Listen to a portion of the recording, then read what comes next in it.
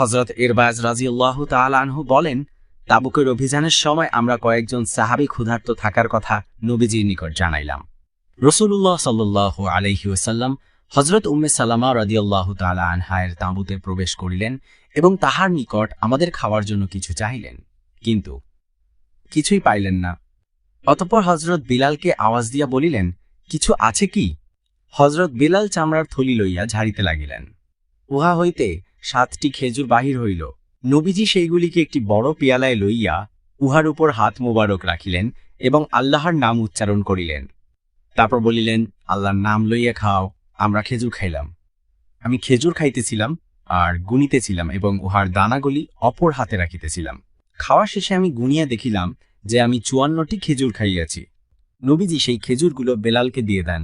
পরের দিন সেই খেজুরগুলো আবার পেয়ালায় ঢেলে 10 জন মিলে খায়। পেট ভরে খাওয়ার পরেও সেই ভটি খেজুরই অবশিষ্ট থাকে। নবীজি বলেন যে আল্লাহর কাছে লজ্জা না পেলে তারা মদিনা পর্যন্ত ওই খেজুরগুলোই খেতে পারত। শেষে মদিনায় পৌঁছে নবীজি খেজুরগুলো একটি ছোট ছেলেকে দেন এবং ছেলেটি সেগুলো মুখে পুড়ে মজা করে খেতে থাকে।